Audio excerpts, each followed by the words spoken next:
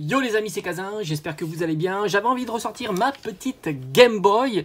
Et oui, parce que franchement, la Game Boy Color a, comparativement à la Game Boy première génération, Game Boy Fat, un excellent écran pour jouer et c'est très pratique. Je me suis dit, je vais aller faire une petite partie de Tetris et malheureusement, et malgré tout, elle est bien conditionnée, hein, la Game Boy, mais tu t'aperçois qu'il y a toujours des problèmes, hein, malgré que, comme je t'ai dit, la Game Boy soit bien à l'abri, hein, elle n'est pas stockée dans un garage, et souvent, bah, tu peux y aller. Il faut appuyer très fort, voilà. Je suis obligé d'appuyer très fort pour valider les boutons. Et ça, c'est ultra désagréable quand tu joues. Et donc, on va faire quoi? On va tout simplement la nettoyer. Voilà, c'est pas très compliqué. Il faut un petit peu de matériel. Et on va faire ça aujourd'hui ensemble au travers, tout simplement, de cette vidéo. Donc là, la première étape, ça va être très simple, tu vas voir. Il nous faut un petit tournevis Tri-Wings, parce qu'ils ont eu la brillante idée de ne pas utiliser des tournevis, on va dire, standards. On va essayer de ne pas s'éparpiller et on va enlever. Donc tu as 2 vis sous le cache-pile et après tu as 4 autres vis de part et d'autre. Et normalement, on aura enlevé les vis, toutes les vis de la Game Boy. Alors c'est assez marrant parce que en règle générale, je l'ai déjà fait, hein, cette opération. Mais tu t'aperçois que ça dure rarement dans le temps. Alors je sais pas pourquoi, est-ce que c'est l'humidité? Pourtant il n'y a pas tellement d'humidité à la maison, mais on ne sait jamais, hein. C'est le fait peut-être qu'elle soit aussi très faiblement utilisée. Ça c'est pas impossible non plus. Tu verras que c'est une opération qui va te prendre très peu de temps et ça va marcher instantanément. Il nous faudra aussi un petit coton-tige ou un petit morceau de tissu, un morceau de coton que tu imbiberas. Alors ça dépend ce que tu as. Moi je vais utiliser du produit pour les vitres, mais tu peux utiliser tout un tas de produits type alcool. Ça marche très bien, évidemment. Alors déjà la première opération, c'est d'enlever toutes les vis et de ne pas les mettre n'importe où, parce que ça c'est toujours pareil, hein. Tu as toujours une vis qui traîne et tu la retrouves plus et c'est vraiment chiant. Et si tu es comme moi, tu as envie que tout soit, on va dire, nickel. Donc je les mets bien ici, hop. Parce que c'est vrai qu'on est des collectionneurs avant tout, des joueurs aussi, hein, évidemment. Mais j'ai envie de te dire, on est avant tout des collectionneurs. Alors les vis, il m'en reste 2. Voilà. Et celle-ci, qui ne veut pas sortir, mais c'est pas grave, elle va sortir. Alors on va délicatement. Voilà, ça c'est fait. Donc la vis, elle est ici. Voilà, donc les vis, elles sont là. Donc tu pourras en plus en profiter parce que souvent tu as de la saleté ici, mais moi je l'avais déjà fait. Ce sont des Game Boy que j'ai trouvé en vide-grenier, hein, tout simplement. À une époque c'était facile à trouver, ça valait 3 fois rien, hein. C'était des petites consoles qui valaient 5, 6 euros, 10 euros en vide-grenier. Donc tu retrouves ici le port cartouche, tu as le power ici, hein, normal. Ici, on a la nappe. Est-ce qu'on va l'enlever ou pas? On va voir. Je serais peut-être pas obligé de l'enlever. Ça peut être assez cool. Maintenant, on a un cruciforme. Alors ça, c'est marrant, hein, parce qu'ils te mettent des vis non standards pour démonter le cache. Alors c'est peut-être pour éviter que les gens s'amusent à démonter. Ici, tu as le haut-parleur. Et puis, tu as les différents composants. Donc maintenant, ce qu'on va faire, parce que je pense qu'on... Alors, on n'est pas obligé d'enlever la nappe, mais moi, je vais l'enlever. Ça sera plus simple. Hop, donc ici et ici. Si tu ne te sens pas à l'aise avec ça, je pense que tu n'es pas obligé d'enlever la petite nappe de l'écran, hein, tout simplement. Mais il suffit de tirer de part et d'autre, là et ici. Puis après, il suffira de la remettre, hein, tout simplement. C'est pas très compliqué, tu vois. Et hop, ici, ça c'est fait. Alors maintenant, les vis, qu'est-ce qu'on a? Je regarde bien s'il n'y en a pas ici. Non, ça devait être tenu par les vis du cache, hein, tout simplement. Donc on a quelques vis ici. Là, c'est pareil, hein, il va falloir bien... Alors, ce qui est pratique, on va dire, c'est que tu peux les différencier parce qu'il y en a un c'est cruciforme, l'autre c'est non cruciforme. Je sais pas si ça a été fait exprès ou pas. Mais c'est vrai que ça c'est pratique du coup.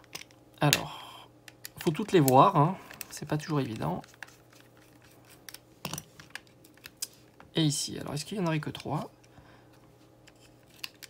Et voilà, nickel. Donc ça, c'est pas la peine de le nettoyer, tout propre, hein, tu as remarqué, hein. Donc on va je vais le déposer ici.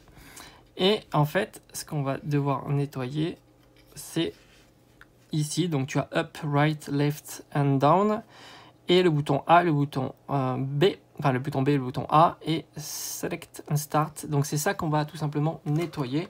Donc moi je vais te dire, hein, je vais utiliser un coton-tige que je vais humidifier avec un petit dégraissant, voilà, base d'alcool. Et on va tout simplement frotter ici. Et tu verras, ça va marcher très très bien.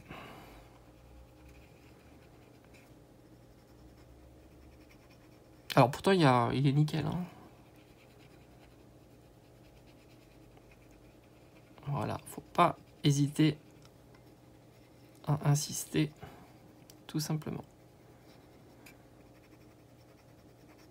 Elle est vraiment très propre, elle n'a pas beaucoup de poussière. Hein. J'en ai vu des tellement pires. Ok, donc là l'opération est terminée. Moi ce que je vais faire en plus... Même si ça c'est tout propre, je vais quand même passer un petit coup là. Sur le Start et Select. C'était les boutons qui fonctionnaient les moins bien. Et aussi donc sur la croix directionnelle. Et voilà, on a terminé. Je pense que ça suffit largement. Je vais voir s'il y a encore un peu de... Voilà, on essuie et c'est tout bon. Alors maintenant. Maintenant il suffira juste de remonter. Donc c'est pas difficile. Hop, faut bien remettre au niveau l'haut-parleur en bas. Évidemment.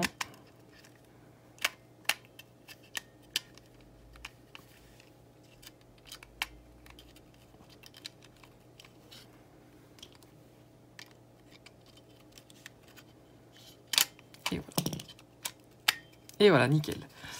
Donc une fois que tout est bien mis, on vérifie, hein, parce qu'il faut bien qu'il y ait le bouton Power qui soit bien sur l'interrupteur, c'est très important, sinon tu n'y arriveras pas. Et on va remettre tranquillement les vis. Alors j'espère pouvoir le faire en direct, parce que c'est toujours pas évident en ayant le téléphone au-dessus de la tête. Et on y va tranquillement, pas la peine de serrer comme un fou.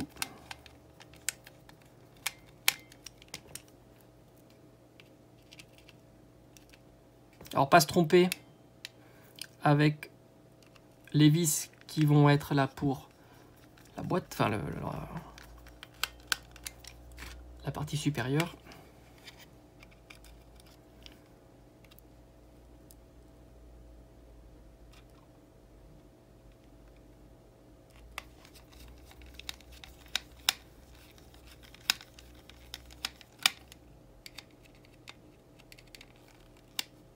Voilà. Maintenant on remet la nappe. Donc c'est plutôt, normalement c'est plutôt assez facile. Hein.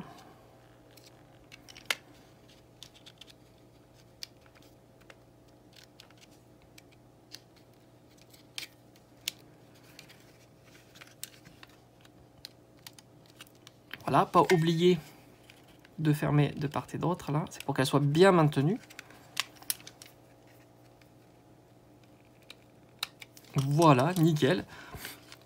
Là c'est tout bon. Ce qu'on va faire, c'est qu'on remet évidemment le cache. Alors avant de on pourrait revisser tout de suite, mais on va vérifier que tout est bon, parce qu'on ne sait jamais, ça sert à rien de visser s'il y a un souci, hein, que ce soit sur l'écran ou autre. Et j'ai envie de te dire que normalement tout est bon. Donc on va se mettre, alors il y a la lumière, donc ici tu as l'interrupteur, il fonctionne, tu as le son, très bien. Ok. Donc maintenant, nickel. Start et Select fonctionne très bien. Alors j'ai dû couper le son. Voilà. Donc la croix directionnelle marche très très bien. Et écoutez, voilà. Je reviens en arrière. Voilà, c'est là. Et on y va. Et voyez, ça marche très très bien. Les boutons marchent très très bien. Et là je peux effacer en faisant Select. Et elle est comme neuve, nickel. Donc maintenant il ne manque plus qu'à remettre. L'écran est vraiment de très très bonne qualité. J'étais assez bluffé. Donc il vous suffit de remettre les petites vis et on aura terminé. Donc tu vois, c'est une petite manip qui te prend moins de 10 minutes, qui est plutôt très efficace, qui marche très très bien. Et bah, dès que tu vois qu'il y a un bouton comme ça qui est un petit peu difficile, petit coton-tige, ça marche très bien. Allez, j'espère que ça t'a plu et on se dit à bientôt.